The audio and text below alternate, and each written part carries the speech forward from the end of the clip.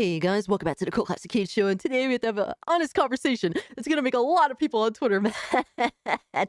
Oh man, today has been a day, but I just bask in it, man. It's hilarious. But we have to have an honest conversation because the industry doesn't want to. And it's leading to a lot of companies, particularly a lot of AAA video games, a lot of AAA companies, shitting the bed. And a big reason why, as Legendary Drops has essentially discussed in one of his recent videos, is that a lot of these companies, particularly the contacts that he had were linked to Ubisoft. He said that basically, if you work at Ubisoft, you cannot have honest conversations on what is going to be successful and what is not. You can't have honest conversations on how characters look. You can't have honest conversations about a lot of particular things because everything's now politicized. So it is compromising these companies because, hey, developers are just not going to say, hey, this doesn't work, because then they risk their job, they risk their livelihood, they risk being looked at in a negative light just for being honest and for actually being like, hey, this doesn't work. Like, I know that this is going to turn off a huge portion of the gaming community from being interested in our game. But the honest conversation we have to have today in regards to just generally speaking with all this is that nobody actually gives a shit about diversity in gaming.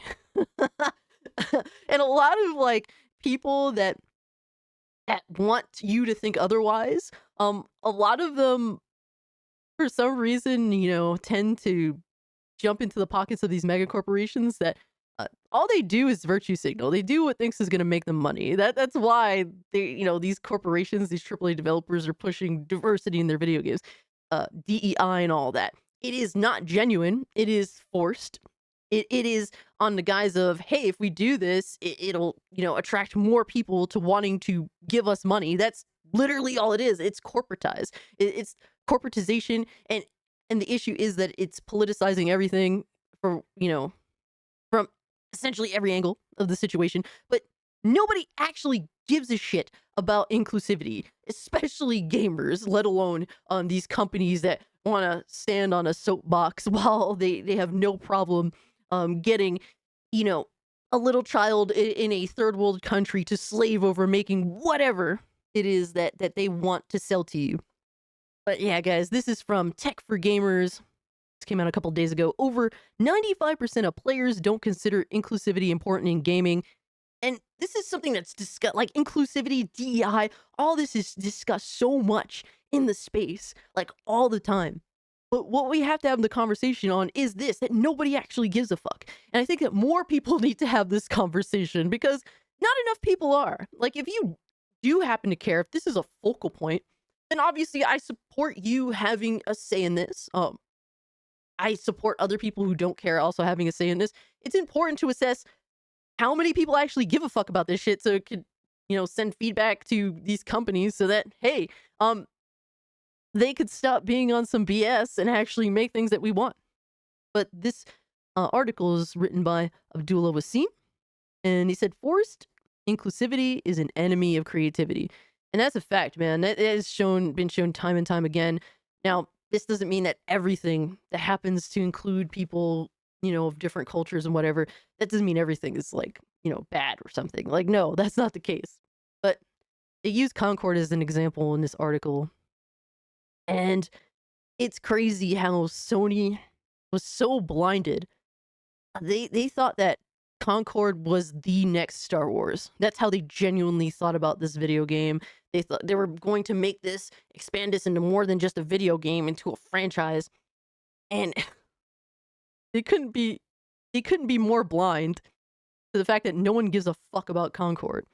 And a lot of people want to attribute Concord's lack of interest and lack of sales to the price point, and that just doesn't make sense. Helldivers sold really, really well. And it really is just, Helldivers was a game with like a dude bro vibe to it that really just kind of made fun of itself in a way and was genuine in what it was there to do.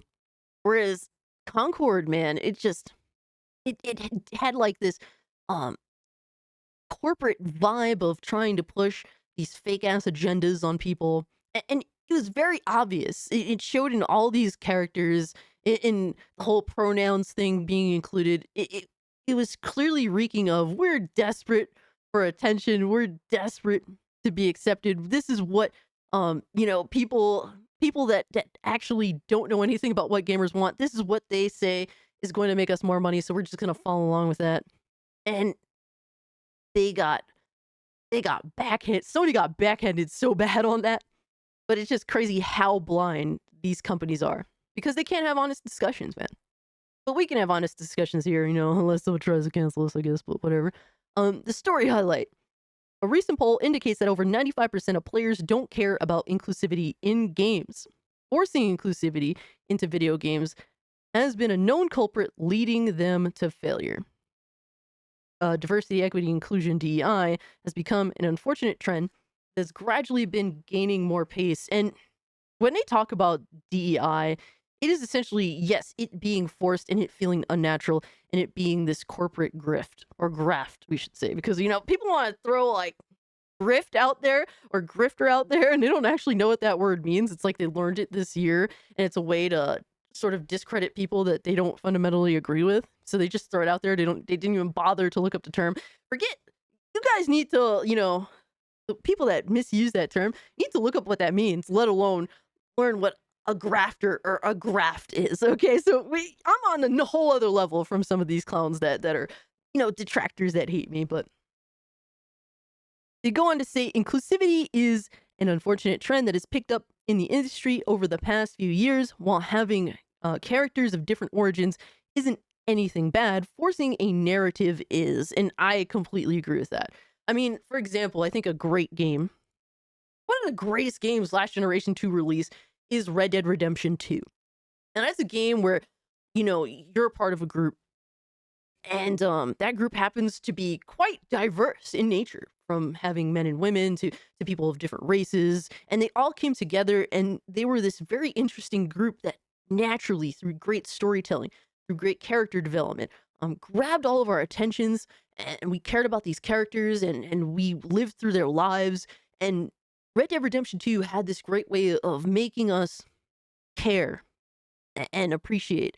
And I mean, did people really give a fuck that the group was diverse? It just happened to be a thing, and that's great that it was, but it's not inherent. But it's great that the game was good first and foremost. I mean, it doesn't matter who is what in the game.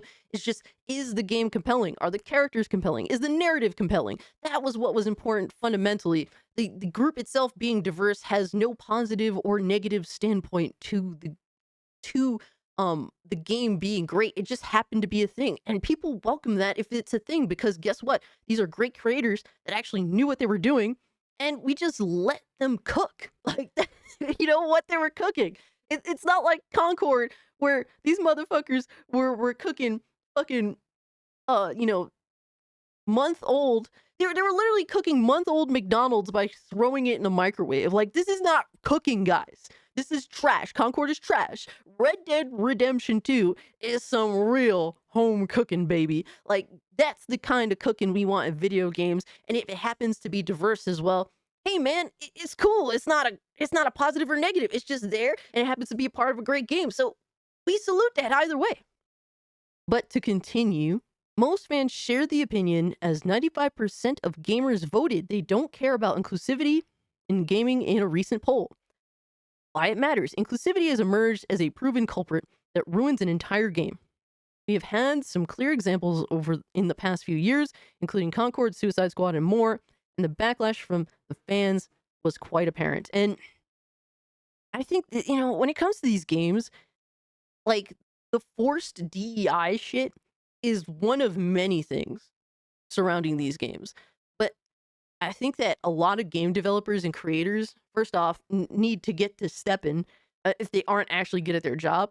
If you're like and that goes for, it doesn't matter who you are. It doesn't matter if you're a male, if you're a female, or whatever. If you're just garbage at your job and you're just completely like oblivious to what gamers want, you need to get the fuck out. But these games, man, if your core way of thinking is how do we grandstand or stand on a soapbox or virtue signal for attention, that we can get our, our little pats on the back when it comes to the social landscape in real life. Like, if that's your fundamental goal with your game, you need to get to fucking stepping, bro. Like, this is no wonder why your game is a fucking failure. If that's the fundamental thing about your game that you are most worried about, then making a good video game or really getting the best of the best that you possibly can to create a video game. People that actually have creative mindsets and know what the fuck they're doing or actually are skilled at their jobs. That is something that, well, when you look at the results that they've put out when it comes to Concord, when it comes to Suicide Squad, yeah, they're failures. They're garbage. And this little poll is from NeoGAF and it has 751 voters. And here's the thing, man. This is just a small group of people, but the actual voting is so like one-sided. Now, my thing is, I want more people to have this discussion. I would like to see a more grander, like, scale of this. And that's why we need to have these conversations. Like, I'm interested to see what people actually think in the grand scheme of things. Is diversity important to you? Like, over, other things in video games. But they voted, and 95% of the gamers said that in this specific poll that inclusivity, they don't find it to be important at all. And a different poll on Twitter showed similar results with nearly 10,000 votes. A whopping 97% of social media users voted against the importance of inclusivity. Now, inclusivity isn't a bad thing at all. In fact, it's always good to see characters from different origins, genders, and races in a game. But what's offsetting is the forced inclusivity narrative that pushes political agendas into gaming. For context, Suicide Squad: Kill the Justice League included Miss Freeze in its last season. The character was has a huge history in comics, movies, and TV shows, and has always been Victor Freeze or Mr. Freeze. The idea of changing that attracted a lot of criticism. Yeah, that character's just one giant meme. Especially with her like rainbow outfit or whatever. It's just it's so obvious what you're doing, and it's a turnoff because people know why you're doing it. It's not like gender swapping a character is not because of something at all genuine. In modern day, it's not genuine at all. It's just you guys are fulfilling a quota of sorts that you deem in your head is important when really it isn't. But this poll that they're talking about here is from Stuttering Craig. And they asked, is inclusion important to you in video games? And 97% said no. And this is definitely a one-sided poll. I mean, Stuttering Craig is from, the quote-unquote anti-woke community. And I'm sure that a lot more people were going to vote that are sort of, they're against forced DEI naturally and whatnot. I want to see more what the center, like people that are in the middle, I guess, the quote unquote fence sitters and all that. I want to see how they feel about it, But you can't deny how extremely one-sided this is. But it's important to continue to have these conversations and really to get more of a gauge of, well, what do gamers want in video games? What is the most important thing in video games to gamers? Because sadly, these companies have no fucking idea. They said forced inclusivity has never been a problem a few years ago, ever since consultation companies like Sweet Baby Inc. emerged. This unfortunate trend has been forced into the industry, ruining many great games. And yeah, because you have these consulting firms that aren't actually good at writing, and they're outsiders that are injected into these projects, and in a lot of them you could tell. You could tell. It's so like, ugh. Like, a lot of Sweet Baby Inc.'s projects don't do well. And really, the fallout with Sweet Baby Inc. has shown that, whether you think that Sweet Baby Inc. does a good or bad thing, them being attached to a project leads to that project not selling, and there being no interest in that project more often than not, unless it's attached to like a major property like God of War Ragnarok, for example. The sequel to God of War 2018 was going to sell hand over fist without a doubt. But Sweet Baby Inc.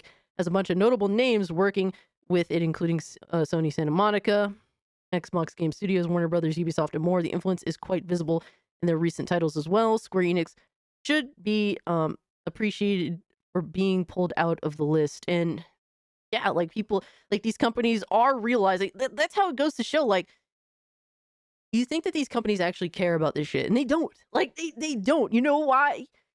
This is the perfect example. Now companies are starting to side-eye Sweet Baby Inc. and remove themselves from them because they know that this doesn't make money. And they if they cared, they would stand by Sweet Baby Inc. no matter what.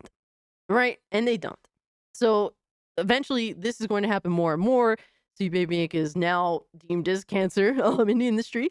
And if your game is attached to that company, well, that game stands a chance of really, really taking a financial hit to whatever company the game happens to be made by. And I think other consultation firms, like people know the existence of other consultation firms, and people are just against this shit because unfortunately they just inject a bunch of unnatural, forced social agendas into video games that make the video games not likable. But yeah, guys, we have to have the conversations, man, because at the end of the day, I mean, what do you really care about when it comes to video games? Let me know in the comment section down below. Is inclusivity an important factor in a video game to you? Like, did you go and buy a Red Dead Redemption 2 just because you knew that the group that you were gonna, be involved in the game was from all different backgrounds and both male and female? Was that something that was important to you out of all the other things? Let me know in the comment section down below if you can. Like the video, share the video, subscribe to the channel. Follow me over at Twitter at Mario Kart if you'd like to continue the conversation. Tune in this Thursday, 8 p.m. EST, for the Twilight Zone of gaming, where we talk about news, we talk about fanboys, we talk about salt, we talk about all sorts of stuff. We do reacts. It's a great time. My Discord recommends videos and tweets and whatever for me to react to or look at or for us to discuss. So if you want to be a part of that, consider becoming a channel member. Get to instant access to the Discord. Get to emotes for the Thursday night live stream, and yeah, just have a good time with us. You don't have to become a member. You can just chill. And yeah, guys, with that being said, I'm out. Peace.